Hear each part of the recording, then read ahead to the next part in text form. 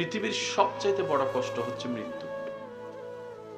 আপনি আমি যে কষ্টগুলো সহ্য করতে না পেরে মরে যাব চিন্তা করছি, মরণের 1 সেকেন্ডের কষ্টের সামনে এই দুনিয়ার কোনো কষ্টই কিছু না, কিচ্ছু না, কিচ্ছু না, কিচ্ছু না। মরণ যন্ত্রণা যখন শুরু হবে, আপনাদের কখনো হয়েছে কিনা হলে একটু বলবেন, অনেক সময় অসতর্কতা বশত হাতের কোনো যদি কোথাও বাড়ি খায়, মনে হয় যেন রক্ত ছিঁড়ে গেছে। আমার প্রায় সময় হয়, আপনাদেরটা আপনারা বলেন। তখন এই 1-2 সেকেন্ড 5 সেকেন্ড এমন কঠিন সময় পার হয়, মনে হয় যেন হাত শেষ, রক্ত বের হয়ে যাচ্ছে, রক্ত ছিঁড়ে যাচ্ছে। তখন যদি মায়া করেও কেউ হাত দেয়, তখন তার কথা বলেন, কথা বলেন। মৃত্যু যখন আপনাকে আলিঙ্গন করা শুরু করবে, তখন পাপী বান্দার সেই শরীরে অনুভব হবে, মনে হয় যেন শরীরের একটা একটা রগ সব ছিঁড়ে যাচ্ছে, একটা একটা রগ যেন সব ছিঁড়ে যাচ্ছে। সামনে হয়তো আপনজনেরা থাকবে, মা বাবা, স্ত্রী, পুত্র, সন্তান, স্বামী থাকবে। সবার সামনে থেকে আজরাইল যখন জানটা টেনে নিয়ে যাবে, এর চাইতে বড় ভয়ানক মুহূর্ত আর কিছু হতে পারে না, আর কিছু হতে পারে না। একদিকে বুক ফেটে যাবে তৃষ্ণার যন্ত্রণায়, অন্যদিকে শরীরের সারা সঙ্গে প্রত্যঙ্গে অত্যঙ্গে ব্যথা আর ব্যথা, ব্যথা আর ব্যথা। একদিকে আপনার পৃথিবী ছেড়ে যাওয়ার ভয়, মায়া কাজ করবে, আবার অন্যদিকে কবরে থাকার সেই ভয়টা আপনাকে বারবার ভাবিয়ে তুলবে। একদিকে আপনার সন্তান রেখে যাওয়ার বাপ হিসেবে টেনশন কাজ করবে, একটু কথা বলতে হবে, ঠিক কিনা? আবার অন্যদিকে আপনার কষ্টে অর্জিত সম্পদ আপনি যাওয়ার পর অন্য কেউ ভোগ করবে, এই ব্যথাটাও আপনাকে বারবার নাড়া দিবে। হাজার যন্ত্রণার ভিতরে আপনাকে একটা পরীক্ষা দিতে হবে, সেটা হচ্ছে ঈমানি পরীক্ষা। ঈমানি পরীক্ষা, ঈমানি পরীক্ষা। এটা এমন একটা সময় ভাই, মানেন কিংবা না মানেন, ইচ্ছা হোক কিংবা না হোক, এই পরিবেশ পরিস্থিতিকে একদিন না একদিন আপনাকে আমাকে সামনাসামনি ফেস করতেই হবে, ফেস করতে হবে। দ্বিতীয় কোনো উপায় থাকবে না। এর ভিতর আবার চলে আসবে মিস্টার ঈমান চোর শয়তান।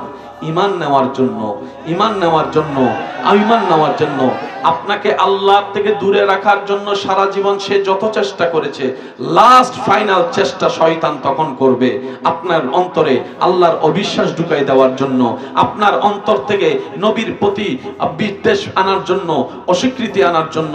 মনে রাখবেন, একটা মানুষের জীবনের সারা জীবনের কষ্ট এক জায়গায় করলেও মৃত্যুর 1 সেকেন্ডের কষ্টের সামনে কোনো কিছুই হয় না, কোনো অস্তিত্ব হয় না।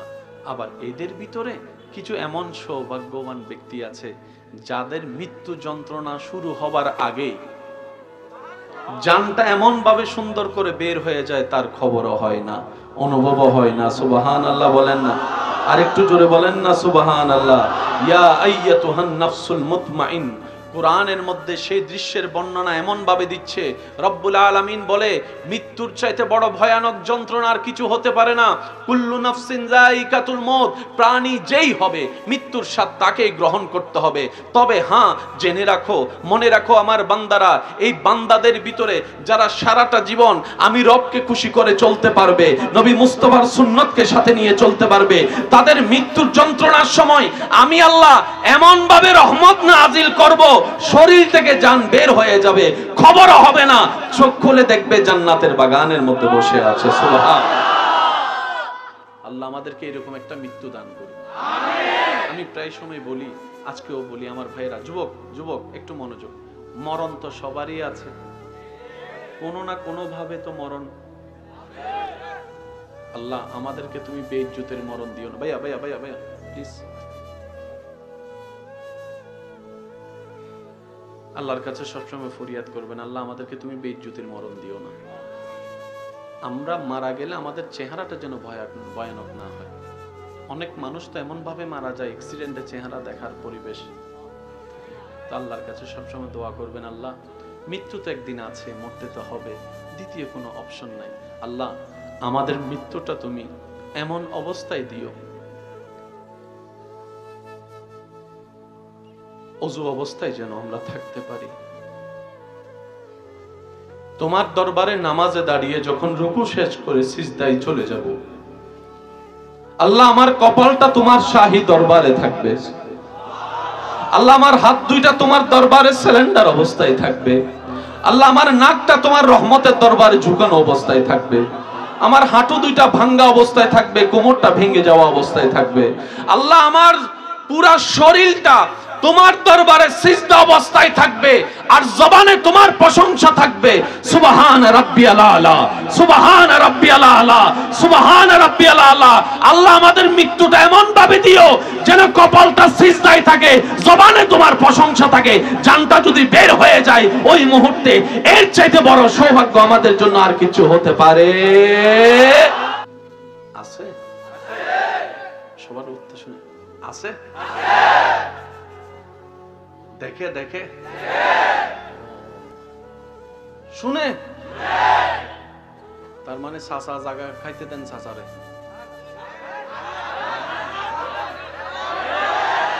জেডারে বলেন মামলা আরো 5টা দিতে। আমি আপনাদের মেহমান মুসাফির হিসেবে বলে যাই, মনে রাখবেন যদি দিলে লাগে নিয়েন।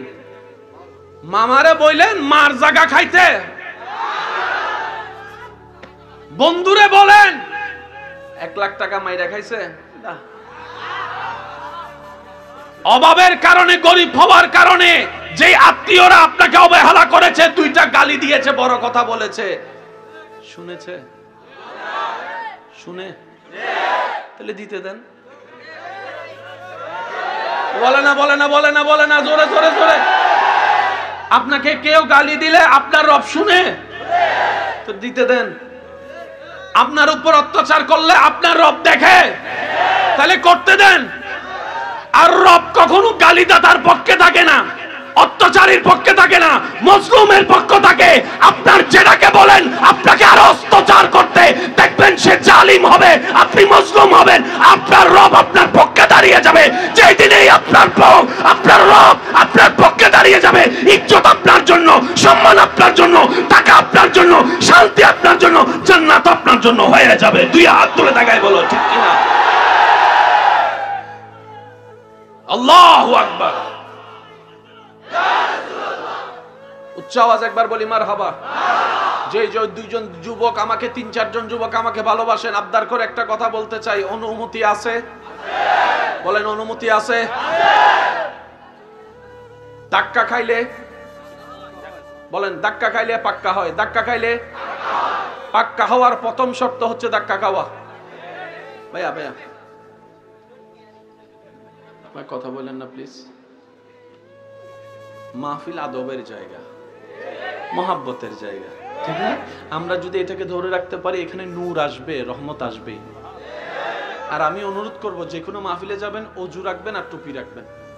এটা হবে কি আপনার ভিতরে শয়তানটা আপনাকে লাগতে পারবে না। আচ্ছা সত্যি করে বলেন ভাইয়া, মাঝখানে যুদ্ধবাজি কি? আচ্ছা দাঁড়াও, অজু করার পরে কাউকে গালি দিতে ইচ্ছে করে? অজু করার পরে মারামারি করতে ইচ্ছা করে? অজু করার সাথে সাথে দেখবেন আপনার ভিতরে একটা পবিত্র ভাব চলে আসে। সেজন্য অজু অবস্থায় থাকার চেষ্টা করবেন। নবীজি বলে, যার মৃত্যু অজু অবস্থায় হবে তার মৃত্যুটা ঈমানের উপর লেখা হয়ে যাবে। আমাকে যে 2-1 জন ভালোবাসেন, আবদার করে বলি, যতটুক পারেন, যতটুক সময় পারেন অজুর সাথে থাকার চেষ্টা করবেন। চেষ্টা তো করতে হবে, কারণ নিজে বাঁচলে না বাপের নাম। এই যে কথা বলেন, আরো জোরে বলেন। আমার বাঁচা আমাকে বাঁচতে হবে, ঠিক কিনা? আপনার বাঁচার রাস্তা আপনাকে করতে হবে, ঠিক কিনা? তো নিজেকে জান্নাতে নেওয়ার জন্য পরিশ্রম করার দরকার আছে না নাই? আল্লাহ আমাদের সবাইকে তৌফিক দান করুন। এবার বলেন ধাক্কা খাইলে, সবাই বলতে হবে ধাক্কা খাইলে। তাহলে পাক্কা হওয়ার প্রথম শর্ত ধাক্কা।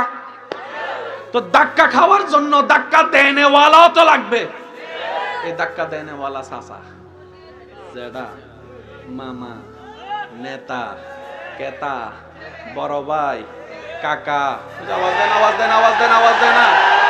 2 নম্বরই বন্ধু, 20-এর মধ্যে জালিয়াতি, ওদেরকে ধাক্কা দিতে দেন। এবার আপনি বলবেন ভাইয়া আমার কাজ কি? আপনার কাজ একটা,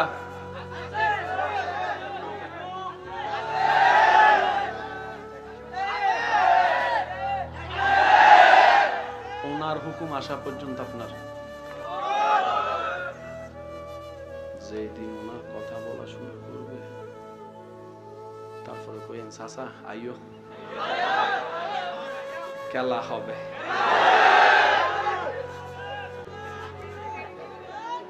জয় কাকে বলে জানেন? খালি ফিল্ডে গোল দিয়া জয় করে লাভ কি? এটা কি জয়?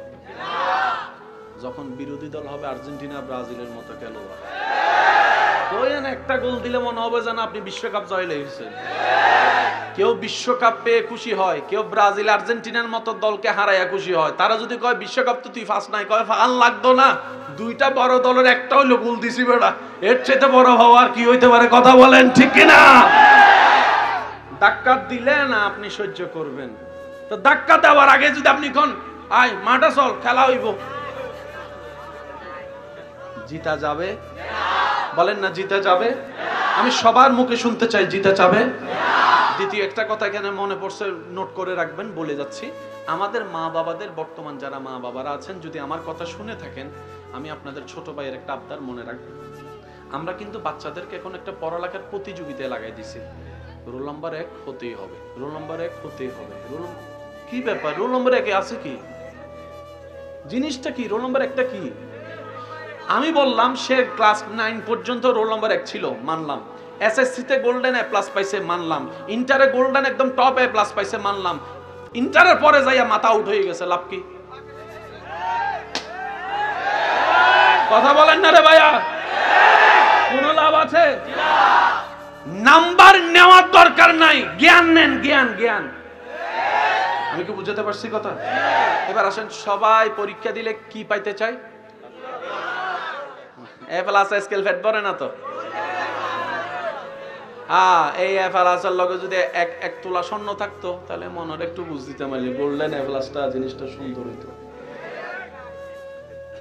এবার আস্তে করে বলবো, বুঝলে আওয়াজ দিন, না বুঝলে আওয়াজ দেওয়ার দরকার নাই। বর্তমানে অনেক বড় বড় গোল্ডেন এ প্লাস পাওয়ালা ব্যক্তি এমন কোম্পানির বসের আন্ডারে চাকরি করে যে বসগুলা জীবনে 9 ক্লাসও পাস করে নাই, 10 ক্লাসও পাস করে নাই, এ প্লাসও পায় নাই।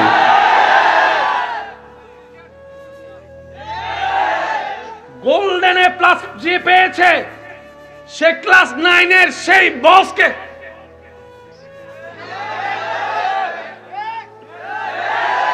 জোরে জোরে জোরে। এবার আমার বুঝান গোল্ডেন এ প্লাসের দাম কত? এই চিন্তা থেকে আমাদেরকে সবাইকে বের হতে হবে। কথা বলেন ঠিক কিনা? ছোট ছোট বাচ্চারা নার্সারিতে যখন যায়, আপনাদের এখানে দেখলে যদি দেখবেন, ছোট ছোট বাচ্চারা সকালে যখন নার্সারিতে যায়, ব্যাগের বারে যে সাবজেক্ট আপনি আমি ক্লাস 6 7 ও পড়ি নাই, ক্লাস 1 2 এর বাচ্চাকে সেই সাবজেক্টগুলো দেওয়া হচ্ছে। বাচ্চাদের পড়ারও দরকার, খেলারও দরকার, আছে না নাই? এখন দেখা যায় স্কুলের টাইম শেষ হওয়ার পরে ঘরে আসার পরে খাওয়া দাওয়া করে 10টা মিনিট ঘুমাইতে দেয় না, আরেকজন টিচার চলে আসে। আসরের পরে খেলার টাইমে আরেকজন টিচার লাগাই দেয়, মাগরিবের পরে টিচার আরেকজন লাগাই দেয়। সারাটা দিন পড়তে পড়তে ছেলে চলে যায়, বাচ্চাটা খেলা করার সময় পেবে তো পাবে কোথায়? তো সে ছেলে, সে বাচ্চা মোবাইল না টিপে আর কে জিতবে? এই যে কথা বলে না, কষ্ট নিয়েন না আমার কথায়। শহরের বাচ্চাদের চাইতে গ্রামের বাচ্চারা বেশি। কেন জানেন? তারা ছোটবেলার থেকে মাটিতে পড়ে, গাছ থেকে পড়ে, এমনি থেকে পড়ে। আর শহরের গুলা যারা আছে দেখবেন কোথাও বাইরে হইতে পারে। আমার ভাইয়া কয় ফার্মের, ফার্মের আওয়াজ দিয়ে বলেন ঠিক কিনা? এবার ফার্মের মুরগির রান্নার ঝোল কি রকম, দেশি মুরগির ঝোল কি রকম, এটা আপনি নিজে বুঝেন। ফার্মের মুরগি ধরার আগে আর দেশি মুরগিটা।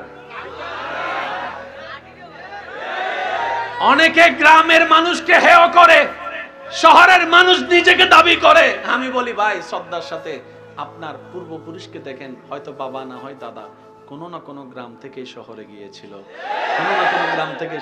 শহর থেকে গ্রাম হয় নাই, গ্রাম থেকেই শহর হয়েছে।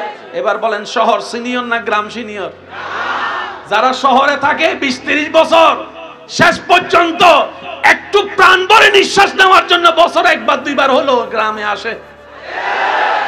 সেজন্য গ্রামকে কখন আন্ডার এস্টিমেট করা যাবে না। আমার মা বাবা যারা আছেন, ভাই বোনেরা আছেন, একটু মনোযোগ দিয়ে শুনবেন। আপনার বাচ্চাদেরকে রোবট বানায়েন না, মানুষ বানান, মানুষ বানান। তাদেরকে একটু ধাক্কা খাইতে দেন, একটু মাটিতে পড়তে দেন, একটু তাদেরকে খেলা করার সুযোগ দেন, একটু কথা বলতে হবে ভাইয়া, ঠিক কিনা? একটু মিশতে দেন। হ্যাঁ, সৎসঙ্গটাও আপনি বাছাই করে দিবেন, অসৎসঙ্গ কিনা সেটাও আপনাকে একটু নজরদারি রাখতে হবে, কারণ আপনি মা, আপনি বাবা, আপনি অভিভাবক। কথা বলেন ঠিক কিনা? আল্লাহ আমাদের সবাইকে একটু বুঝার তৌফিক দান করুন। এবার বলেন, আমার একজন, শুকলে হবে না তো, আমার একজন, আমাদের একজন, সেই তিনি, বলেন সেই তিনি। অন্য নবীর উম্মত ওনার বান্দা ছিল, কিন্তু উনি ওদের জন্য যতটুক দয়াবান ছিলেন না, আমাদের জন্য।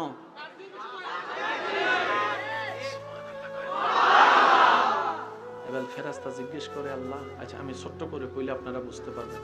ভাইয়া মনোযোগ আছে সবার ইনশাআল্লাহ? সাজা হয় অপরাধের কারণে। অপরাধ মানি গুনাহ, অপরাধ মানি গুনাহ। আচ্ছা, আপনারা জানেন সমস্ত নবীর উম্মত কার বান্দা? ভাই একটু জোরে বলেন, কার বান্দা? আচ্ছা, ওনাদের বেলায় আল্লাহর সিস্টেমটা কি ছিলেন জানেন? আল্লাহ তাআলা যে কোনো কাজে 3 বার নিষেধ করতেন। কয়বার? 3 বার। প্রথমবার, দ্বিতীয়বার, তৃতীয়বার। যদি তারা না শুনতো, বলে না গজব দিয়ে। যেমন আপনারা জানেন নূহ আলাইহিস সালামের প্লাবনের কথা জানেন, আসমান থেকে অগ্নিবর্ষণের কথা জানেন, বানর বানাই দেওয়ার ঘটনা জানেন। একটু জোরে বলেন না। মুসা নবীর আমলে ফেরাউনের বংশধর সহ গজব মানি শেষ। বলেন গজব মানি এতটুকু বুঝবেন। এবার আপনারা আমাকে উত্তর দিবেন, শুধু স্টেজ উলামায়ে কেরাম যারা আছে, বাবা দাদা নানার বয়সী যারা আছে, ওনারা একটু শুনবেন। সব নবীর উম্মত কার বান্দা? আগের নবীর উম্মতের গুনাহ বেশি ছিল না আমাদের? আমি বলবো না, আপনারা বলেন। শুনেন, মুসা নবীর উম্মতে ফেসবুক ছিল না, মুসা নবীর, ঈসা নবীর উম্মতে ইউটিউব ছিল না, কথা কয় না তো। দাউদ নবীর উম্মতের কাছে হোয়াটসঅ্যাপ ছিল না, ইউসুফ নবীর উম্মতের কাছে গুগল ক্রোম ছিল না। এসে কথা বলেন, আরে ভাই আরো জোরে বলেন। আগের যুগ আমাদের স্কুলে গুনাহ, আমাদের কলেজে গুনাহ, আমাদের ভার্সিটিতে গুনাহ, আমাদের রেস্টুরেন্টে গুনাহ, আমাদের বয়ফ্রেন্ডে গুনাহ, আমাদের গার্লফ্রেন্ডে গুনাহ, কথা বলেন, আমাদের চ্যাটিং এ গুনাহ, আমাদের ভিডিওতে গুনাহ, আমাদের নজরের গুনাহ, আমাদের মনের মধ্যে গুনাহ। তো বলেন না রে ভাইয়া, আমাদের মোবাইলে মোবাইলে মিথ্যা বলার গুনাহ, মোবাইলে মোবাইলে মিথ্যা বলার গুনাহ, আমাদের প্রবাসীর এই যে একটা সেক্টর নিয়ে প্রতারণা করা, 1 নাম্বার ভিসা বলে 2 নাম্বার দেওয়া, সেই দিকে গুনাহ, আমাদের আইল কাটার গুনাহ, জমিন দখলের গুনাহ, ইঞ্চি খাটার গুনাহ, দেওয়াল তুলে দেওয়ার গুনাহ, মা বাবার সাথে বেয়াদবি করার গুনাহ। কথা বলতে থাকেন, কথা বলতে থাকেন, ঠিক কি না? আমাদের ইফটিজিং করার গুনাহ, আমাদের পরকিয়া করার গুনাহ, আমাদের বড়র সাথে বেয়াদবি করার গুনাহ, আমাদের ছোটদের জায়গা জমিন দখল করার গুনাহ। আমাদের গুনাহ তাদের চাইতে 1000 গুণ বেশি।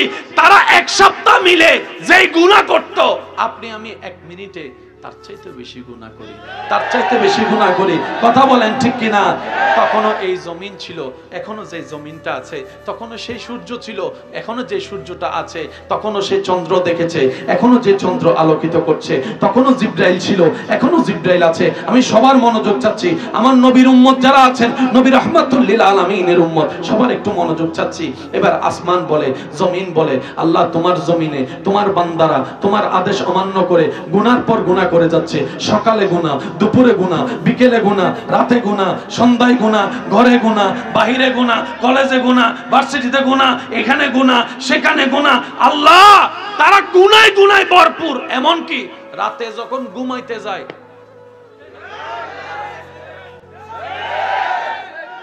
শুনি না, আরো জোরে বলেন। আল্লাহ, তারা তখনও গুনাহ করে। আল্লাহ, তারা যে এত গুনাহ করে, তুমি আযাব দিবা না, আযাব দিবে না, আযাব দিবে না। মাটি বলে, আল্লাহ আযাব দিয়ে ধ্বংস করে দাও। জমিন বলে, আযাব দিয়ে ধ্বংস করে দাও। সূর্য বলে, আযাব দিয়ে ধ্বংস করে দাও। একটু আওয়াজ দিতে হবে। চন্দ্র বলে, আযাব দিয়ে ধ্বংস করে দাও। সমস্ত সৃষ্টি বলে, আল্লাহ তারা গুনাহ বেশি করে, আযাব দিয়ে। এই যে ভাইয়া প্লিজ, এই যে আযাব দিয়ে ধ্বংস। রব বলে যে না,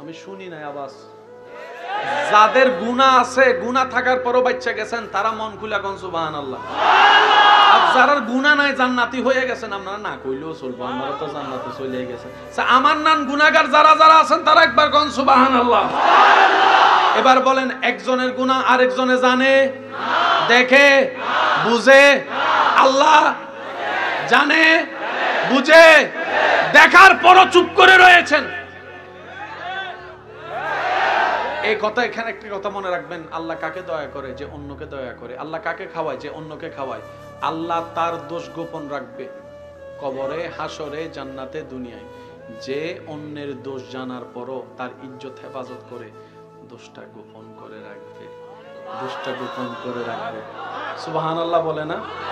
কোরআনে একটা আয়াত আছে, সিবগতাল্লাহ, রব বলে, হে আমার বান্দা, যদি জান্নাতে যেতে চাও আমি রবের রঙে রঙিন হয়ে যাও, আমি রবের রঙে রঙিন হয়ে যাও।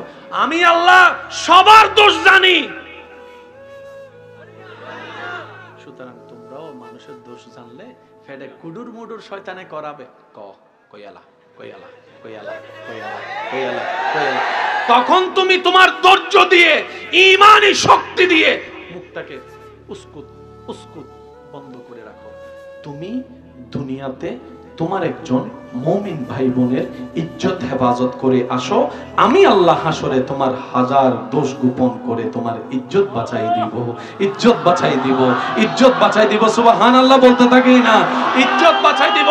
ও আমার বান্দারা, যতটুকু আমি তোমাদেরকে রিজিক দিই, যতটুকু পারো তোমার প্রতিবেশীকে দাও, তোমার আত্মীয়কে দাও, তোমার পরিচিত অপরিচিতদেরকে দাও। খবরদার থ্যাংক ইউ পাওয়ার আশা করবে না, দিতে থাকো। আমি তোমাকে দিই, তুমি দিতে থাকো। আমি তোমাকে দিই, তুমি দিতে থাকো। আমি তোমাকে দিই, তুমি দিতে থাকো। কারণ দেওয়াটা আমি রবের সুন্নত। দেওয়াটা, সুবহানাল্লাহ একটু বলেন না রে ভাইয়া, দেওয়াটা আমি রবের সুন্নত। আমি যখন কোন বান্দার ভিতরে দেওয়ার সেই টেন্ডেন্সি দেখি, আমি আল্লাহ তার রিজিকের মধ্যে বরকত দান করে দিই। বলেন সুবহানাল্লাহ। মনে রাখবেন, দিলে কমে, দুনিয়ার নিয়ম। রবের জন্য দিলে আরেকটু জোরে। এবার কেমনে বারে, যদি আপনারা অনুমতি দেন আমি একটু বলার চেষ্টা করবো ইনশাআল্লাহ। আমি আপনাদের সাথে আরো অল্প 5-10 মিনিট আছে, একটু মনোযোগ দিবেন। আল্লাহ আপনার তকদিরের মধ্যে সারা বছরের জন্য, সারা জীবনের জন্য বরাদ্দ করছে 50 বস্তা চল। কয়টাও? আপনি চাইলে একদিনও খাইতে পারেন, এক সপ্তাহ খাইতে পারেন, এক মাসও খাইতে পারেন, এটা আপনার ইচ্ছা। কয় বস্তা বলেন না ভাই, কয় বস্তা? এবার বুঝতে পেরেছেন কেন অপচয় করা আল্লাহ পছন্দ করে না? আপনি যত অপচয় করবেন। এবার আপনার ঘরে চাউল আছে 10 কেজি। ভাই একটু মনোযোগ, চাউল আছে কয় কেজি? মানুষ আছে কয়জন? আপনি চিন্তা করছেন কমপক্ষে এটা আমরা এক সপ্তাহ চালাবো। হঠাৎ 5 জন মেহমান চলে আসছে, আপনার প্ল্যানিং এক সপ্তাহ কয় কেজি? বলেন না ভাই, কয় কেজি? 5 জন যে চলে আসছে, এখন তারা খাইলে তো 10 কেজি থেকে কমবে, তার মানে এখানে সপ্তাহ কমে যাবে। আপনি কি করলেন? যা হওয়ার হোক, আল্লাহ মেহমান পাঠাইছে। কারণ আল্লাহ খুশি হলে 3 কাজ করে। আল্লাহ খুশি হলে কয় কাজ করে? আল্লাহ যখন খুশি হয় তখন আকাশ থেকে বৃষ্টি বর্ষণ করে দেয়। সুবহানাল্লাহ। আল্লাহ যখন খুশি হয় তখন আল্লাহ বান্দাদের ঘরে কন্যা সন্তানের জন্ম পাঠায় দেয়। সুবহানাল্লাহ। আল্লাহ যখন খুশি হয় বিন বলে মেহমান পাঠায় দেয়। এই 3টা কারণ যখনই দেখবেন বুঝবেন রব খুশি। সুবহানাল্লাহ। ঘরে যাইয়া বললেন না না না না, ঘরে যাইয়া কোন সুবহানাল্লাহ। এবার যার যত শক্তি আছে ফুল ভলিউমে বলেন সুবহানাল্লাহ। কয় কেজি চাউল? মানুষ কয়জন? সময় কয়দিন? এবার সে 5 জন মানুষ আসার পর আপনি যখন তাদেরকে খাওয়ালেন, 10 কেজি থেকে যখন কমছে, আপনি শেষ পর্যন্ত আল্লাহকে বলেন, আল্লাহ মেহমান তো তোমার নিয়ামত, আমি তো সেমন সেবা করতে পারি নাই, তুমি যা দিয়েছো তার থেকে আমি আল্লাহ চেষ্টা করেছি মেহমানদারি করার জন্য। রব বলে যে মেহমানদারি করা তো আমার সুন্নত, খাওয়ানো তো আমি আল্লাহর সুন্নত। বান্দা তুই খাওয়াইছস? আল্লাহ আমি খাওয়াইছি, কিন্তু তুমি যা দিয়েছো তা থেকে খাওয়াইছি। রব বলে যে যা, এ ফেরেশতা তার এক সপ্তাহের রিজিক কত? কয় 10 কেজি। আল্লাহ কয় তার সারা জীবনের 50 কেজির লগে আরো 20 বস্তা চাউল যোগ করে দেয়, 20 বস্তা চাউল যোগ করে দেয়, 20 বস্তা চাউল যোগ করে দেয়। এবার কোরআন ডাক দিয়ে বলে মান জাআ বিল হাসানাতে ফালাহু আশরু আমসালিহা, আমি রবের সন্তুষ্টিতে যে এক দিবে বিনিময়ে আমি আল্লাহ সর্বনিম্ন তাকে 10 গুণ দান করব। আর একটু জোরে বলতে হবে সুবহানাল্লাহ। সেজন্য মনে রাখবেন, দিলে কমে না, তবে শর্ত হচ্ছে একটা, দিয়া কোটা দিতে পারতেন না? তোরে যে খাওয়াইছিলাম, বলেন না, তুই যে গর্তে পড়ছিলি, আমি যদি 2 বছর আগে তোরে সাহায্য না করতাম কেমনে কি হইতো? আচ্ছা, এই জীবনে আপনাদের কারো হলে একটু হাত তুলবেন।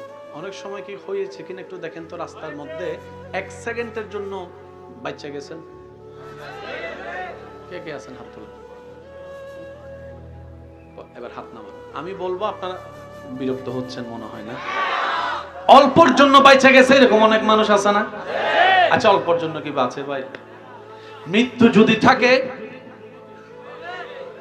সুইয়ের ফুটায়ও মরণ হইয়া যাইব। আর মৃত্যু যদি না থাকে, বড় ট্রাক আইসা যদি আপনারে এবার বলেন রাখে আল্লাহ। করোনাকালীন সময়ে প্রথম ধরিস না, মইরা যাবি, মুখ বান্ধালা মইরা যাবি। তো একজনে ওই কি একটা ভিডিওতে কয় আমি ফান খাই, আমার করোনা হইতো না, এসব কথা কয় না, আছে না? চিন্তা। আচ্ছা, আপনাদের এলাকায় করোনাকালীন মানুষ কম বেশি অনেক মারা গেছে, আল্লাহ তাদেরকে জান্নাতুল ফেরদৌস নসিব করুন। করোনাকালীন সময় আপনারা ছিলেন মরা না জিন্দা? এলাকার বাইরে ছিলেন না এলাকায়? মরছেন কেন বলেন না? এখানে এমন অনেক ব্যক্তিও আছে করোনাকালীন ঠিকই করোনা হয়েছে, কিন্তু এদের খবর নাই। কথা বলেন রে ভাই, কারণ করোনাটা যে কোন জায়গায় লুকাই থাকে কেউ তো চিন্তা না। মনে করেন আপনি করোনা না হওয়ার জন্য স্যানিটাইজার দিয়ে হাতটা পরিষ্কার করে বাথরুম থেকে বাইরে হইছেন, যে দরজা ধরছেন এই দরজায় ছিল করোনা হতে তো শেষ পর্যায়ে প্রথম দিকে এনভায়রনমেন্ট ছিল এরকম, তুই না দূরে থাকো, এমনে এমনে করো না, এমনে এমনে করো না। যখন বারবার লকডাউন মানুষ যখন বিরক্ত হয়েছে, শেষ পর্যন্ত কি হয়েছে? আল্লাহ বাঁচাইলে বাঁচবো, আল্লাহ মরাইলে মরবো, আর কত করে বসে থাকবো, আর কত করে বসে থাকবো। এবার আওয়াজ দিয়ে বলেন, করোনাকালীন আপনার এলাকায় কোন পাগল মারা গেছে? বুঝলেন কথা? পাগলের ঘরে বসে রাখতে পারছেন না? আমরা পুলিশ দেখতে ফালাইছি, আর পাগল যখন আসে এমনি এমনি পুলিশের সামনে, পুলিশে কয় হু আর ইউ, এতে কয় আন্নে কেডা। তো তখন আইনের ভাইরা বলে লকডাউন কি তুমি জানো না? কয় লকডাউন কি, এসে কথা কয় না। কয় বেটা ঘরে যা, করোনা ধরবো। করোনা কি? পিছন থেকে স্যার কয় এটারা জ্বালাইস না। পুরা এলাকায় দৌড়াইছে পাগল। বলেন এবার বলেন হায়াতের মালিক কে? শুনি নাই আমি, আরো জোরে বলেন হায়াতের মালিক কে? রিজিকের মালিক কে? করোনাকালীন সময়ে চাকরি বন্ধ, শেষ ভালো যার সব ভালো, তার আওয়াজটা একটু বড় করে দিবেন। করোনাকালীন সময়ে চাকরি, ব্যবসা, রাস্তাঘাট, ঘরবাড়ি, স্কুল, কলেজ, মাদ্রাসা, বেতন, খাওয়া দাওয়া, শুনি নাই খাওয়া দাওয়া এক বেলা। এবার আমাকে একটু অঙ্কটা মিলাই দেন। বাজার করতে টাকা আসতে চাকরি ব্যবসা লাগে, তো দোকানও বন্ধ, চাকরিও বন্ধ, সবই বন্ধ। আপনি বাজারটা করলেন, কোথাও করলেন কিভাবে, টাকাটা পেলেন তো পেলেন কিভাবে, খেয়েছেন কয় বেলা? তখন আমার ভাইয়েরা বলে আসলে তখন ভাবি নাই, এখন কল্পনা করলো কেমন জানি মনেও পড়ে না। করোনাকালীন সময় তো ঘরেই ছিলাম, বের হতে পারি নাই, সপ্তাহ পর সপ্তাহ এমনও গিয়েছে, কিন্তু খেলাম তো খেলাম কিভাবে? কই কোনোদিন তো উপবাসে পেটের ক্ষুধা অন্তরে রেখে বুকের মধ্যে রেখে ঘুমাইতে হয়েছে, এমন তো রেকর্ড মনে পড়ে না, এমন তো রেকর্ড মনে পড়ে না, এমন রেকর্ড মনে পড়ে না। এবার কোরআন ডাক দিয়ে বলে, ওরে বান্দারা, আল্লাহ তো করুণা দিয়েছে এটাই বোঝার জন্য, দুই নাম্বারই করার দরকার নাই, তাওয়াক্কুলটা রবের উপর রাখ। যেই রব তিমির মতো মাছকে খাওয়াইতে পারে, তোর মতো 3.5 হাতের এই অর্ধেক পেটকেও 3 বেলা খাওয়াইতে পারবে। সুবহানাল্লাহ।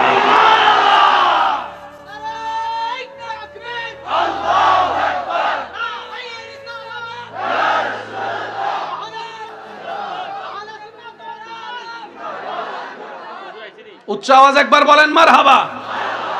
মাছের মধ্যে সবচাইতে বড় মাছের নাম কি? এই যুবকরা একটু বলেন, শেষ ভালো যা সব ভালো তার কি নাম? Blue whale, নীলতিমি। নীলতিমি আজকে যে বাচ্চা ডেলিভারি দিছে, তার মাথাটা মনে করেন এই জায়গায়, লেজটা, তার মানে তার পেট কত দূর? মোটামুটি আমরা 1,000-2,000 মানুষ।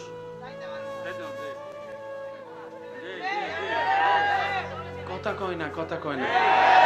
এবার তারে যদি আমরা যে ভাত খাই 1 প্লেট 1.5 প্লেট, আমি আপনার ওই বন্ধুর কথা বলি না যে 17 পরোটা খাওয়ার পরও পেট ভরে না, আমি হেন কথা কইতেছি। আছে না, আছে না বন্ধু, আজকে আমার একটু খাওয়া, সেও কইছে চল খাওয়াই। খাওয়াইতে যখন লেগে গেছে সে বাইরে কয় কান টানা তো আর জীবনে খাওয়াইতাম না, আর জীবনে খাওয়াইতাম না। আছে না? না খাইবো হে চিন্তা করছো 2টা অথবা 3টা, 17টা চলে। শেষ পর্যন্ত যে রুটি বেলে হে কয় ভাই আমার বাড়ি যাওয়ার টাইম হচ্ছে, আমার বউয়ে মিস কল মারতেছে ভাই, আর খাইস না ভাই। হেতা কয় মাত্র শুরু না করছিলাম। আপনার অনেক বন্ধু বান্ধব দেখবেন খাইতে বসলে ফ্যানটা নিয়ে আর খুলে দেয়। কথা কয় না গা যুবকরা, তো ঠান্ডা আওয়াজ দিলে হবে না। আছে না নাই? এবার আসেন, সে তিমির পেট যেটা আছে, তিমির কোনো চাকরি, ব্যবসা, দোকানদারি। এবার তিমিরে যদি জিজ্ঞেস করেন ভাই জন্মের পর থেকে কখনো উপবাস ছিলা? না, এরকম তো মনে পড়ে না। তো তোর যে সাইজের পেট 1 প্লেট বাদ দিল তো তুই আমাদেরকে লাথি মেরে ফেলে দিতে কয় খিতা দিছস। তোমার মা বাপ কই? হয় না, আমার মা বাপ জন্ম দেওয়ার পরে কিছুদিন আমার সাথে ছিল, এরপরে আমার মা মার জায়গায় বাপ বাপের জায়গায় চলে গেছে। তো তুমি কি? আমি একা। চাকরি আছে? চাকরি কি? তো ব্যবসা আছে নাকি? এখানে পানির তলে কি ব্যবসা করবো? খাওনি? খাই মানি আমি এক বেলা খাই কমপক্ষে 1 টনের উপরে, 1 টনের উপরে, 1 টনের উপরে, 1 টনের উপরে, 1 টনের উপরে। সুবহানাল্লাহ, আমি শুনি না। আমি কই কি থাকো, আমরা কই কি থাকো 1 টন? কই আমার গাল দেখোস না বেটা, গালটা বড় করলো তো তোর ফ্যান্ডল।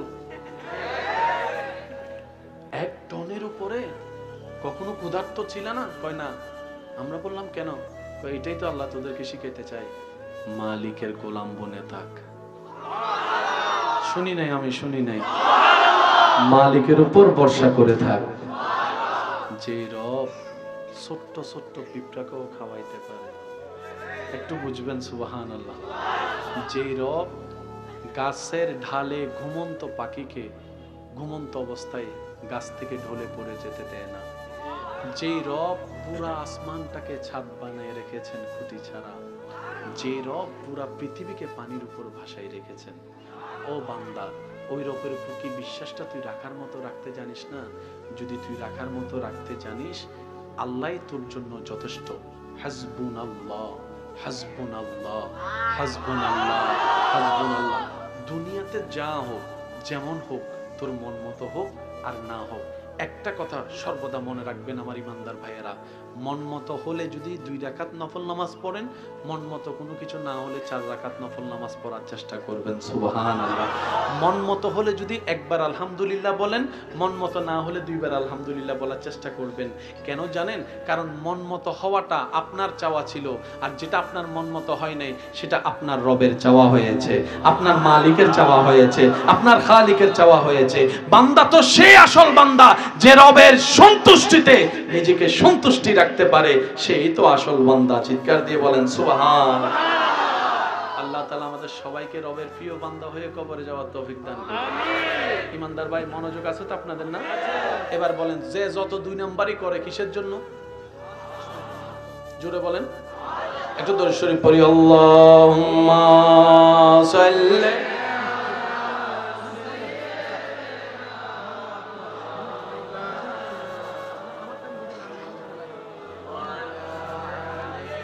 সাইয়্যিদিনা মাওলানা।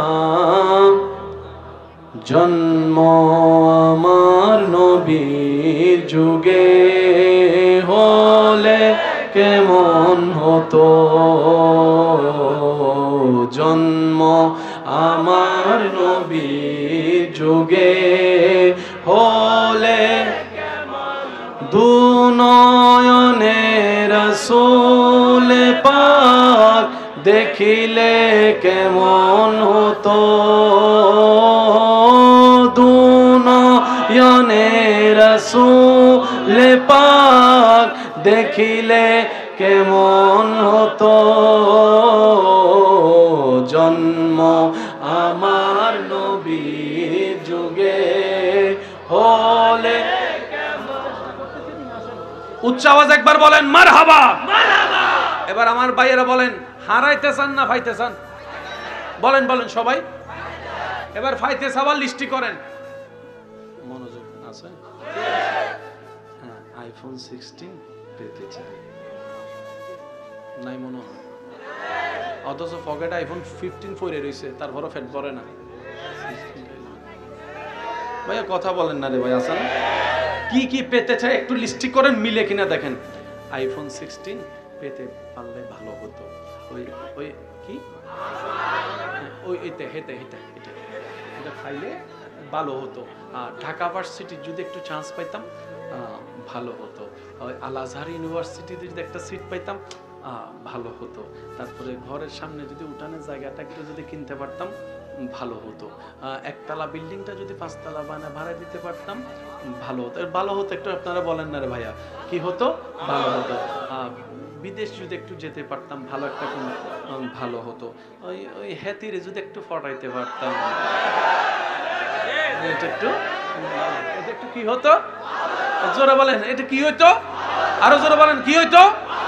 দোকান তো একটা আছে বাজারে, আরো 3টা 4টা দিতে পারলে ভালো হতো। 5টা তো মেয়ে আছে, এবার 2টা ছেলে হলে ভালো হতো। 2টা তো ছেলে আছে, এবার একটা মেয়ে হলে ভালো হতো। আর শরীরটা একটু যদি সুস্থ হইতো ভালো হতো। শরীরটা একটু ফিট হইলে ভালো হতো। জিম করে যদি শরীরটা একটু কোয়া কোয়া বানাইতে পারি ভালো হতো। চেহারাটা যদি একটু ফর্সা হয়, এই আওয়াজ দেন, আরো জোরে বলেন না। ফেসবুকে যদি লাইক কমেন্টস একটু বেশি আসে ভালো হতো। আর কোনো রকম যদি ফেসটা আইডিটা যদি একটু ব্লু ভেরিফাইজ করতে পারি ভালো হতো। ইউটিউব থেকে যদি ইনকাম একটু বেশি বেশি করা যায়, অন্যের ইজ্জত দরকার হলে নিলামও তুলেলামও, সমস্যা নাই। গোপন ভিডিও সব ভাইরাল করে দিব, সমস্যা নাই। ইনকামটাও যদি একটু ভালো হয়, একটু ভালো হয়তো কয় না আরো জোরে কয় না ভালো হতো। তারপরে আমার বন্ধুর ব্যবসাটা যদি একটু লস হইতো ভালো হতো। আমার জায়গাটা যদি হতো ভালো হতো। রব বলে, এ বান্দা এত লম্বা লিস্টি কেন? বান্দা বলে যে সব আল্লাহ আমার চাওয়া। রব বলে যে যা চাইতেছ সব তো আমার সৃষ্টি, তুই স্রষ্টারে চাইলে তো সৃষ্টি সব তোর হয়ে যেত। শুনি নাই, আরো জোরে বলে। রব বলে আইফোন আমি কি দিতে পারি না? আল্লাহ পারো, তা আমারে চা। আইফোন হলে R15 হবে না, R15 হলে জায়গা হবে না, জায়গা হলে স্বর্ণ হবে না, স্বর্ণ হলে সুস্থ হবে না, সুস্থ হলে টাকা হবে না, টাকা হলে বাড়ি হবে না। কিন্তু আমি রব যদি তোর হয়ে যাই, ইজ্জত তোর হয়ে যাবে, সম্মান তোর হয়ে যাবে, জ্ঞান তোর হয়ে যাবে। সুবহানাল্লাহ, আমি শুনতে পাচ্ছি না। আমি রব যদি একবার তোর হয়ে যাই, সুস্বাস্থ্যতা তোর হয়ে যাবে, সুস্থতা তোর হয়ে যাবে, শান্তি তোর হয়ে যাবে, সুখ তোর হয়ে যাবে, জায়গা তোর হয়ে যাবে, জমিন তোর হয়ে যাবে, পড়ালেখা তোর হয়ে যাবে, জ্ঞান তোর নামে হয়ে যাবে। বান্দারে স্রষ্টা যার হয়ে যায়, সৃষ্টি জগৎ তার কদমে চলে আসে। চিৎকার দিয়ে বলেন সুবহানাল্লাহ, আল্লাহু আকবার। ইয়া রাসূলুল্লাহ জিন্দাবাদ জিন্দাবাদ। আমার নবীর উম্মতের ঈমানি আওয়াজে বলেন মারহাবা। এবার আসেন, আমরা কি চাই লিস্টি হইছে বলেন না। এবার আবু বকর সিদ্দিক কেন সব পাইছে দেখেন। আবু বকর সিদ্দিক কয়, মওলা তোমারে চাই। শুনি নাই, শুনি নাই। আমরা নামাজ পড়ি কি পাওয়ার জন্য? জান্নাত। বলেন, আমরা নামাজ পড়ি সওয়াব কামাই কি জান্নাত। আবু বকর সিদ্দিক, ভাইয়া বিরক্ত হলে বলে আমি ছেড়ে দিচ্ছি, একটু মনোযোগ দিলে। আচ্ছা, আপনারা দেখেছেন আমি একটা সেকেন্ডও নষ্ট করছি? আমি যতটুকু পারি, আমার আল্লাহ যতটুকু দয়া করছেন, আমি দেওয়ার চেষ্টা করছি। আপনারাও যদি আমার সাথে ওই নেওয়ার চেষ্টাটা করেন, তাহলে দেওয়াটা সুন্দর হবে। আচ্ছা, এখানে যদি কাউকে আল্লাহ বলে, এই তোরা জান্নাতে দিয়ে দিছি, জান্নাত তোর, কালকে থেকে হেঁটে আপনি মসজিদে দেখবেন না, তার হাঁটা থাকবো কিরকম?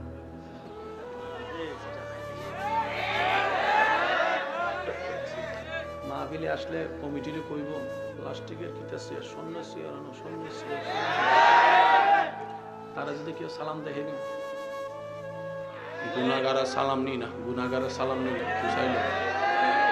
সত্যি না বলেন? আপনারা বলেন। সে আর বন্ধুরে বন্ধু মনে করবে?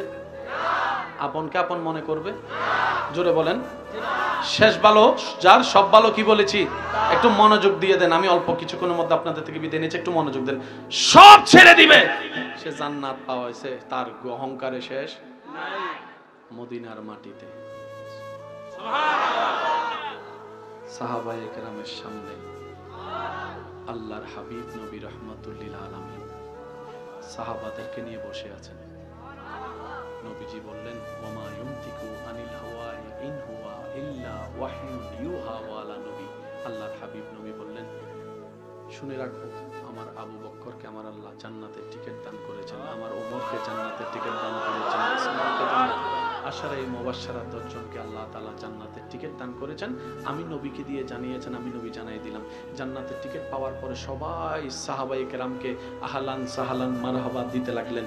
আমরা তো কবরও যাই নাই, হাসরও যাই নাই, বিচারও হয় নাই, আমরা তো এখনো জান্নাত পাবো কি পাবো না জানি না। আপনারা তো বড় সৌভাগ্যবান, নবী বলেছেন আপনারা জান্নাতি হয়ে গিয়েছেন। সুবহানাল্লাহ। আপনাদের মতো ভাগ্যবান আর কেউ? বলেন, আপনাদের মতো ভাগ্যবান আর কেউ? সিদ্দিক আকবর সবার আওয়াজটা শোনার পর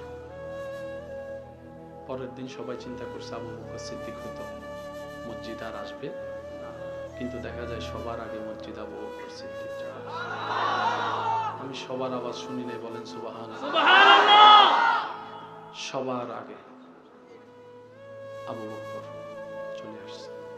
সবাই জিজ্ঞেস করল, সিদ্দিক আকবর, আমরা তো নামাজ পড়ি জান্নাত পাওয়ার জন্য, আপনি তো জান্নাত পেয়ে গেলেন, আসলেন তো আসলেন কেন? সিদ্দিক আকবর বলে, আমি জান্নাত পাওয়ার জন্য আসিনি, আমি আমার মাওলাকে রাজি করার জন্য এসেছি। আমার মাওলাকে রাজি করার জন্য এসেছি। আমার মাওলা, আমার রুকু, আমার সিজদা, আমার তাসবিহ, আমার তাহলিল সবকিছু আমার মালিককে রাজি করার জন্য। এবার আপনারা যদি, আমরা যদি এই সূত্র দিয়ে নিজেকে বিবেচনা করি, দেখবেন অঙ্ক সব ক্লিয়ার হয়ে যাবে। অন্যের দোষ ধরা লাগবে না, অন্যের আর বদনাম করা লাগবে না। কথা বলেন ঠিক কিনা? অন্যের দোষ খুঁজে খুঁজে নিজের জীবনের সময় নষ্ট করার দরকার নিজে বাঁচলে বাপের নাম। আল্লাহ আমাদের সবাইকে বোঝার তৌফিক দান করুন। 5 ওয়াক্ত নামাজ আদায় করার তৌফিক দান করুন। আমিন। এখানে যারা শুধু সপ্তাহে, আমি কইতাম না আপনারা কোন, তাও একামতের আগে ঢুকে, আল্লাহ আমাদেরকে 5 ওয়াক্ত নামাজ পড়ার তৌফিক দান করুন। আমিন। শুনি না ভাই, আর একটু জোরে বলেন। আমিন। শুনেন, 5 ওয়াক্ত নামাজ কেন পড়বেন? উত্তর একটাই, আপনি যদি আল্লাহর জমিনে থাকেন তাহলে 5 ওয়াক্ত নামাজ পড়তে হবে।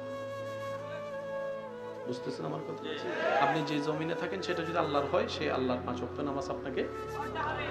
আপনি যদি আল্লাহর দেওয়া রিজিক খান, তাহলে আপনাকে নামাজ, বলেন না, আপনাকে নামাজ পড়তে হবে। মসজিদের মিনার থেকে যখনই আওয়াজ আসবে, আল্লাহু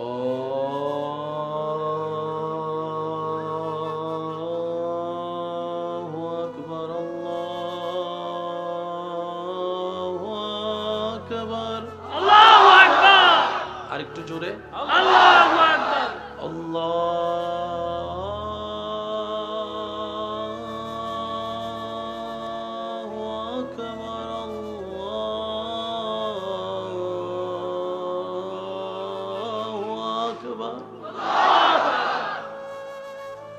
আজানটা যেদিন এখানে বসে যাবে,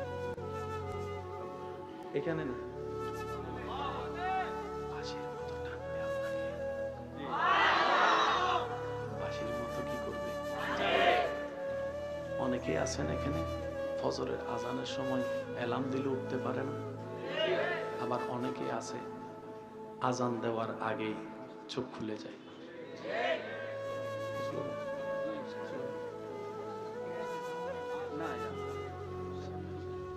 হ্যাঁ, স্লোগান দেন, একটু রাস্তা করে দেন তো আপনারা, মেহরবানি, মেহমানের যেন কোনো কষ্ট না হয়। হাদি মাদ্দাজিল্লুল আলী সাহেব আজকের মাহফিলের সম্মানিত বিশেষ আকর্ষণ রৌনকে মিল্লাত হাফেজ মাওলানা কারি মোহাম্মদ গোলাম রব্বি সাহেব মাদ্দাজিল্লুল আলী সহ আমন্ত্রিত ওয়াদিগার ওলামায়ে কেরাম, বিশেষ করে স্কুল, কলেজ, ভার্সিটি, মাদ্রাসার প্রাণপ্রিয় ছাত্র ভাইয়েরা, এলাকার মান্যবর ব্যক্তিবর্গ, মুরব্বিয়ানে নিজাম, হাজিরানে মজলিস, আল্লাহর প্রেমিক, নবীর প্রেমিক, ইমানদার ভাইয়েরা, আসসালামু আলাইকুম ওয়া রাহমাতুল্লাহি তাআলা ওয়া বারাকাতুহু।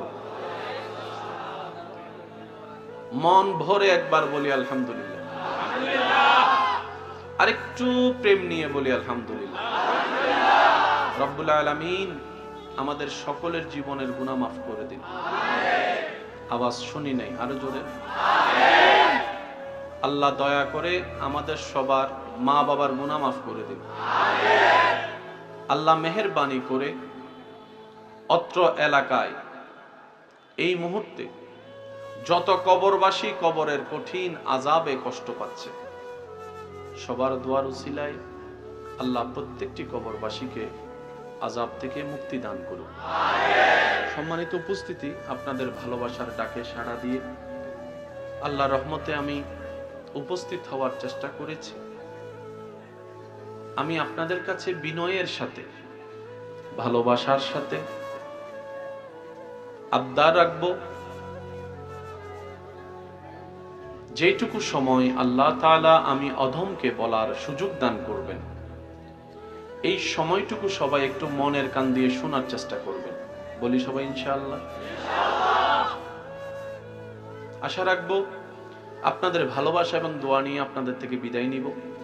এই মাঝখানের সময় আল্লাহ যতক্ষণ তাকরীর আলোচনা করার আমি অধমকে সুযোগ দান করবেন, এই সময়টা যেন হয় আমাদের জীবনের একটা প্রেমের বাগানের সময়। কি বলেন আপনারা? পারবো আমরা একটু চেষ্টা করতে ইনশাআল্লাহ? আর একটু জোরে বলি ইনশাআল্লাহ। অনুরোধ রাখবো প্রত্যেকটা কথা মনের কান দিয়ে শোনার পর নিজের বিবেকের আদালত দিয়ে, নিরপেক্ষ বিবেক বিবেচনা দিয়ে বিচারক হয়ে দেখবেন। সঠিক যদি মন লাগে গ্রহণ করে নেবেন, ভুল যদি মনে হয় বাদ দিয়ে দিবেন, কোনো সমস্যা নেই। তৃতীয় নম্বর অনুরোধ, আমাকে একটু আওয়াজ দিয়ে সহযোগিতা করতে হবে। যারা যারা করতে রাজি আছে একবার বলি মারহাবা। আরেকটি মানে গর্জন দিয়ে বলি মারহাবা। উলামায়ে কেরাম যারা আছেন, বাবা দাদা নানার বয়সী যারা আছেন, ওনাদের দোয়াকে মাথার উপর ছাদ বানিয়ে যুবক ভাইদের শক্তিকে সাথে নিয়ে সামনে এগোনোর চেষ্টা করছি। ওমা তৌফিকে ইল্লা বিল্লাহ। তবে বিশেষ নিবেদন সবার কাছে, প্রত্যেকটা মাহফিলকে এক একটা ইসলামের ক্লাস যেন আমরা মনে করতে পারি। প্রত্যেক দিনের জুমার আলোচনাকে যেন আমরা সাপ্তাহিক ক্লাস মনে করতে পারি। কি বলেন আপনারা? দরকার আছে না নাই? আমি একটু পাগলা টাইপের মানুষ, পাগলামিটা একটু বেশি করি। আর সেই পাগলামিটা যদি ভাগ্যগুণে মওলার প্রেমে হয়ে যায়, একটু জোরে বলি সুবহানাল্লাহ। যতজন এখানে আছেন সবাই মিলে একবার চিৎকার দিয়ে বলেন তো আল্লাহু আকবার। আবার বলেন আল্লাহু আকবার।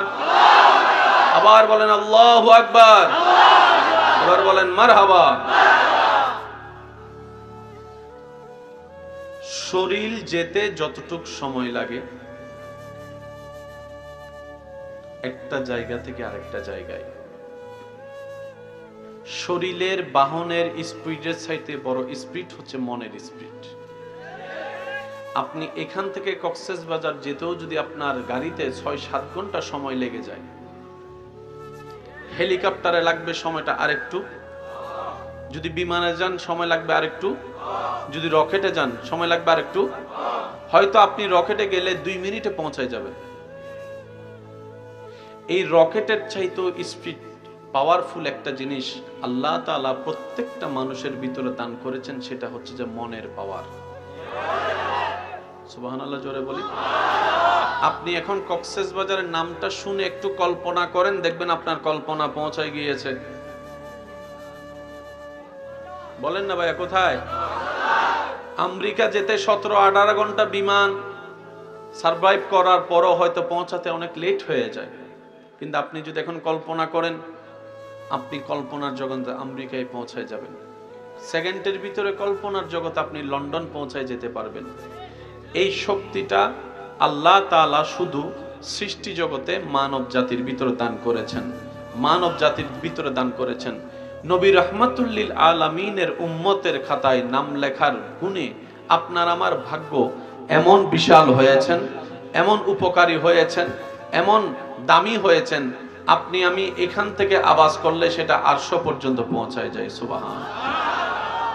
ভাইয়া বেশি উঁচু করলে কানেকশনটা হচ্ছে না শ্রোতাদের সাথে। না সমস্যা না, আমি পারবো।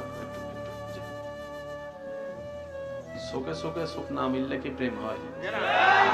আরেকটু আরেকটু আরেকটু মাশাআল্লাহ। যদি চোখ থাকে অন্যদিকে, মন থাকে অন্যদিকে, সারাদিন আই লাভ ইউ বললেও জোরে কয় না, আরো জোরে কয় না। চোখ বড় মারাত্মক জিনিস। চোখে চোখ যদি মনের ভালোবাসা নিয়ে তাকানো যায়, ওই চোখের নজরটা মানুষের দিল পর্যন্ত লেগে যায়। কথা বলেন ঠিক কিনা? মনোযোগ ইমানদার ভাইয়েরা, নবীর উম্মত হওয়ার কারণে আপনার আমার ভাগ্যে আল্লাহ তাআলা এমন এমন কিছু অপরচুনিটি, সুযোগ, নিয়ামত দান করেছেন যা ইতিপূর্বে কোন নবীর উম্মতের ভাগ্যে জুটে নাই, শুধু আমাদের ভাগ্যে জুটেছেন। সুবহানাল্লাহ। হয় না? আরো জোরে বলি সুবহানাল্লাহ। আমি আজকে আস্তে আস্তে বলার চেষ্টা করব, আপনারা জোরে জোরে রিপ্লাই দেওয়ার চেষ্টা করবেন। পারবো ইনশাআল্লাহ? এবার আসেন, শরীরের আগে পৌঁছায় যায় হেলিকপ্টার, হেলিকপ্টারের আগে পৌঁছে যায় বিমান, বিমানের আগে পৌঁছে যায় রকেট, রকেটের আগে পৌঁছে যায়। প্রত্যেকটা গাড়িতে তেল খরচ হয়।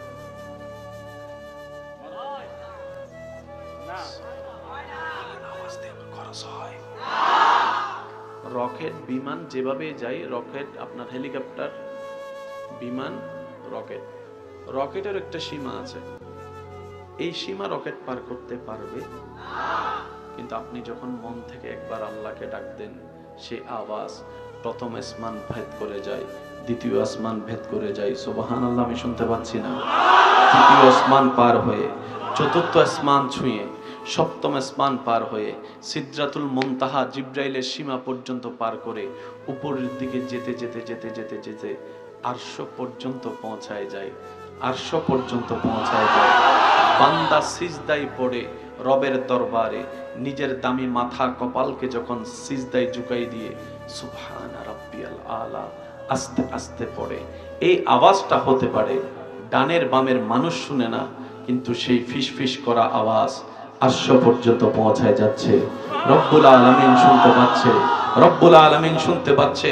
ফেরেশতা জাতি জিজ্ঞেস করে, আল্লাহ এই ছোট্ট 3.5 হাতের মানুষের এমন শক্তি আসলো তো আসলো কোত্থেকে? যারা তেলাপোকা দেখলেই এক লাফে অন্যদিকে চলে যায়, সাপের নাম শুনলে রাতে ঘুম হারাম হয়ে যায়, তাদের আওয়াজে এত শক্তি হলো তো হলো কিভাবে? রব্বুল আলামিন বলে, হে সৃষ্টি জগৎ জেনে রাখো, আমি রবের সৃষ্টিতে সব আমি সৃষ্টি করলেও এই মানব জাতিকে আমি আল্লাহ প্রেম দিয়ে সৃষ্টি করেছি, মায়া দিয়ে সৃষ্টি করেছি, ভালোবাসা দিয়ে সৃষ্টি করেছি, আমি আল্লাহ মহব্বত দিয়ে বিয়াদাইয়া ভাবে সৃষ্টি করেছি। আমি আল্লাহ এই মানব জাতির বান্দুদের 2 আঙ্গুল নিচে এমন একটি স্টেশন দান করেছি, নবীর হাদিসের সন্ধানে সেই স্টেশনের সন্ধান পাওয়া যায়। ইন্না ফিল কলবে আইনানে ওয়া উজনানে, নবীর হাদিসের মধ্যে শোনা যায় ওই স্টেশন একটা আছে যেই কলবের আওয়াজ লা মকা পর্যন্ত পৌঁছায় যায়। বলেন সুবহানাল্লাহ। এমন সুযোগ, এমন দয়া, এমন নিয়ামত আল্লাহ আর কাউকে দেয় না। মনে রাখবেন এই কথাগুলা। আমার কথা মিললে নিবেন, না মিললে নেওয়ার দরকার নেই, আমি আগেই বলেছি। তবে ভেবে দেখবেন নিরপেক্ষ বিচারক হয়ে। শুনেন ভাইয়া, আল্লাহ তাআলা আমাদেরকে যতটুকু দুনিয়ার বিষয় দিয়েছেন, অর্ধেক হায়াত তো শেষ। যুবকরা আওয়াজ দেন না ভাই। আগে মানুষ মারা যেত অন্তত দাড়ি পাকলে, এখন তো দাড়ি উঠে নাই। মোটরসাইকেলে এ কথা কয় না, আরো জোরে কি বলে, ও আজরাইলে কয় ও আছে না নাই? যুবকরা আওয়াজ দিয়ে বলেন আছে না নাই? তবে আমি আমার যুবক ভাইদেরকে অনুরোধ করব, মোটরসাইকেলে যখনই উঠবেন, যদি আপনাকে অতিরঞ্জিত গাড়ি চালানোর জন্য কেউ পুশ করে, আপনি নিজের মনকে অন্তত নিজের মা বাবার চেহারাটা একবার স্মরণ করাই দিবেন। আপনি আপনাকে যেমন মন চায় তেমন করার অধিকার রাখেন, আমি মানলাম, কিন্তু আপনার মার চোখের পানির কারণ হওয়ার অধিকার আপনাকে কেউ দেয় নাই। আপনার মার বুকের হাল খালি করার অধিকার আপনাকে কেউ দেয় নাই। আপনার মা বাবাকে সন্তান হারা করার অধিকার আপনাকে কেউ দেয় নাই। ডান হাত তুলে দেখাই বলো ঠিক কি না? আল্লাহু আকবার।